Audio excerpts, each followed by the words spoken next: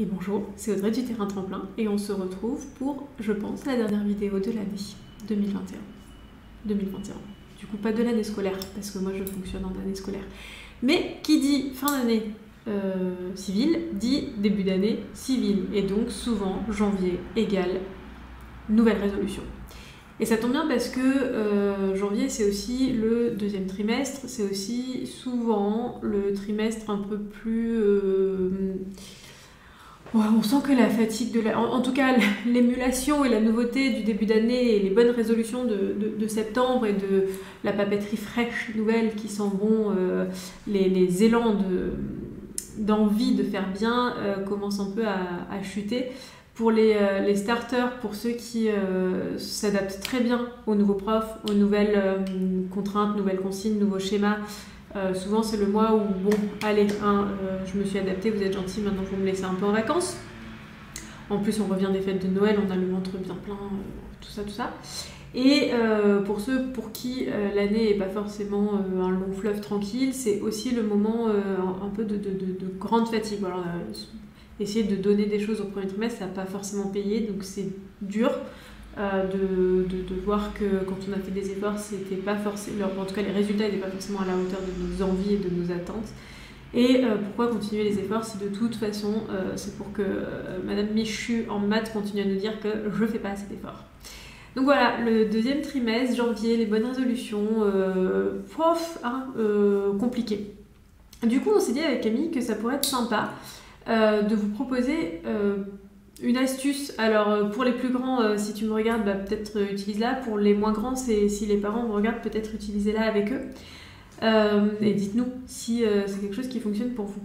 J'ai l'impression, dans mes années d'enseignement, aussi bien dans des gros établissements que dans l'école dans laquelle on accompagnait les jeunes en rupture scolaire et dans les jeunes qu'on accompagne aujourd'hui à l'étude sur le terrain, donc le soir en plus de leur scolarité pour essayer de remettre un peu de joie et de pétillance dans le rapport au cours, un des éléments qui pose problème au-delà de la compréhension du cours et de l'apprentissage éventuellement du cours nécessaire, c'est de comprendre ce qui est attendu dans une matière. C'est-à-dire que chaque matière a ses propres enjeux d'apprentissage et ses propres enjeux d'examen. Prenons un exemple. En français rédaction, si vous allez avoir une interro sur une rédaction, apprendre par cœur des dates, même si on vous donne un contexte en disant que ça serait une rédaction style roman de renard médiéval, je suis pas sûre que ce soit hyper pertinent. L'apprentissage par cœur à ce moment-là pour la rédaction, c'est pas forcément ce qu'il y a de plus efficace, parce qu'en fait l'enjeu n'est pas là. L'enjeu n'est pas de vérifier si en tant qu'élève tu es capable d'apprendre par cœur des formes de phrases ou des formules de phrases, c'est plutôt de voir comment est-ce que tu construis ta pensée, comment est-ce que tu développes ta pensée, est-ce que tu es capable d'identifier et de repérer les codes d'un genre littéraire, d'une période, etc. pour te les réapproprier et les reformuler. Donc peut-être que là, éventuellement, sur les codes, il y a des éléments qu'on peut éventuellement apprendre par cœur. Après, il y a aussi une question en l'occurrence en français, potentiellement, plus tu vas lire des extraits d'une période, plus tu vas t'imprégner un peu du style, du genre de la période. Pardon. En revanche, en histoire, il y a des éléments, malheureusement, qu'il faut apprendre par cœur. Je reprends l'exemple de la date. Quand on a besoin de comprendre quelle est la chronologie de la Première Guerre mondiale ou de la sortie de la Première Guerre mondiale jusqu'à la Seconde Guerre mondiale pour comprendre comment est-ce que les Allemands ont pu se réarmer, etc., c'est compliqué de couper à une partie d'apprentissage par cœur. En maths, c'est mimi. En maths, ça va dépendre des gens. Il y a des gens pour qui vraiment les formules, il est nécessaire de les apprendre par cœur. Et il y en a d'autres qui vont arriver par déduction, en fait, et par reconstruction à les réétablir, en fait, par le raisonnement logique. Parce que les formules que vous apprenez, elles ne sortent pas de nulle part. C'est pas quelqu'un qui a dit un jour, paf, il faut apprendre cette formule par cœur. C'est qu'il y a eu un raisonnement avant qui a abouti à une simplification qui, en général, la formule. J'ai en tête les identités remarquables si on est en quatrième, par exemple. Certains auront besoin de les apprendre par cœur parce que ça va être beaucoup trop long et trop complexe pour eux de refaire le raisonnement pour aboutir à la formule de l'identité remarquable simplifiée. D'autres, en revanche, il n'y aura pas de souci. Du coup, notre suggestion du jour se situe à cet endroit-là. Essayez de faire déjà sous forme de tableau ou peu importe, mais la liste des matières et la liste des enjeux des épreuves en fonction de l'année dans laquelle vous êtes, de chaque matière. Si on prend quelqu'un qui est en première et qui doit passer le bac de français, pour l'oral, ça va être de maîtriser les lectures analytiques quasi par cœur. Je pense que c'est la partie la plus simple, à moins qu'on soit très à l'aise pour réimproviser sur 10 minutes à l'oral, mais au moins de maîtriser les plans par cœur. Donc là, voilà, il y a un premier enjeu qui va être un enjeu d'apprentissage, de révision et de rabâchage, et ce qu'on appelle de bachotage, un peu bête et méchant. En revanche, pour l'écrit, ça va être une question d'entraînement pour comprendre en fait comment s'articule, si on choisit le commentaire composé, la réponse à une question, à une problématique, comment est-ce qu'on identifie une problématique dans un texte.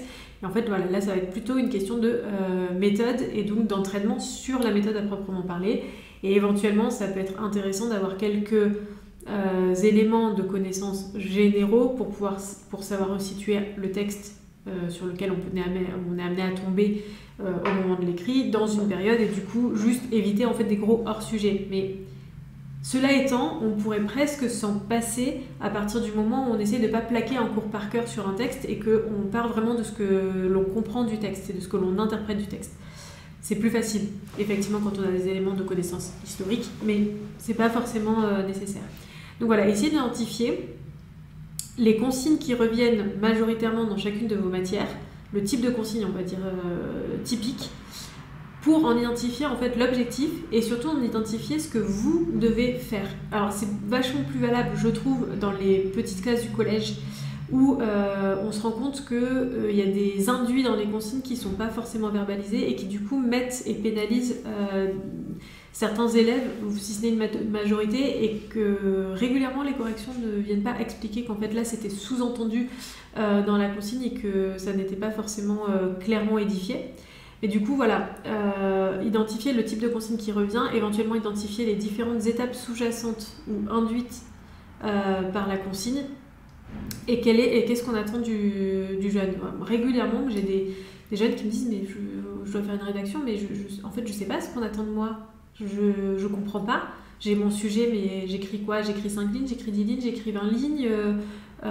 Faut que ce soit argumenté, pas argumenté. » Voilà, enfin, ça nous paraît presque évident quand on est adulte et quand on est passé par là, quand on a l'historique de dire bah si en fait là t'es en 4e, c'est à peu près 30 lignes, et puis t'es en 3e, là on commence à attendre un peu plus, et puis on attend que tu détaches ton introduction du corps de ton développement et de ta conclusion pour identifier un peu la séparation des idées, etc. Là où en 6e on va être encore dans un élan de déjà écrit et voyons voir si la syntaxe de tes phrases est correcte. En vrai, en 3e ou en seconde, c'est aussi le cas, mais en tout cas, voilà, d'aller essayer de séquencer ce que sous-entend la consigne et ce que ça suppose du coup de mettre en action derrière, soit dans l'exécution de l'exercice, mais aussi dans les apprentissages. Là, on accompagne un petit loulou qui est encore en primaire ponctuellement à l'étude. Dans la façon dont sont décrits ses devoirs, c'est assez lapidaire, je trouve. Par exemple, ça va être devoir d'histoire, contrôle d'histoire sur tel chapitre. Pour le coup, la dernière fois, quand il m'a annoncé ça, je me suis dit, mais ce chapitre, enfin, c'est une longue période du Premier Empire à la Première Guerre mondiale, quand même, un contrôle là-dessus intégralement. Donc on a été regarder dans son cours. En fait, dans son cours, il n'y avait que lui, ce qu'il devait connaître juste, c'était la frise chronologique des différents hommes au pouvoir entre ces deux périodes. Et après, quelques éléments sur lesquels il y avait eu un focus qui avait été fait en classe. Mais les éléments sur lesquels il y avait eu un focus, c'était moins une question d'apprendre par cœur que de comprendre les enjeux qui s'étaient mis en place. Sauf qu'en fait, dans la façon dont le cours avait été rédigé, lui ne voyait pas l'enchevêtrement logique des étapes les unes qui se suivaient vis-à-vis des autres. Et donc, dans son apprentissage, quand on a identifié par rapport aux anciens contrôles qu'il avait eu qu'en fait c'était ça qui était attendu, c'est qu'il y avait une partie par cœur sur la frise, et son institut elle présente ses cours globalement de la même manière, donc c'est facile de repérer les éléments quand on regarde avec lui sur lesquels le par cœur est attendu. Sur le reste, c'était vraiment le raisonnement qui était attendu. Donc en fait, ça servait à rien de le faire réviser en hyper par cœur, parce que dans tous les cas, s'il avait appris ça par cœur et qu'il avait essayé de recracher ça par cœur dans le contrôle, ça ne serait pas rentré et ça l'aurait juste mis en difficulté. Donc voilà, le petit conseil petit partage, conseil, je ne sais pas si c'est vraiment un conseil, mais que vous pouvez tenter si vous avez envie, et si votre enfant, votre ado, le jeune que vous avez à domicile qui est scolarisé quelque part, et en aimez l'envie aussi, dans l'organisation, moi je trouve que c'est peut-être des trucs à tenter dans un premier temps qui enlève et simplifie un peu le rapport anxieux qu'on peut avoir à l'amoncellement de travail. C'est de bien comprendre dans chaque matière quel type de consigne on a, ce qui est attendu dans l'exécution de l'exercice, mais ce qui est attendu dans l'apprentissage aussi derrière, pour justement pouvoir gagner en fait en efficacité. Et si jamais vous avez des questions, n'hésitez pas à nous contacter sur le terrain tremplin, sur Insta, tout simplement, parce qu'en vrai c'est là où on répond le plus rapidement, ou alors par mail audrey@leterraintremplin.com.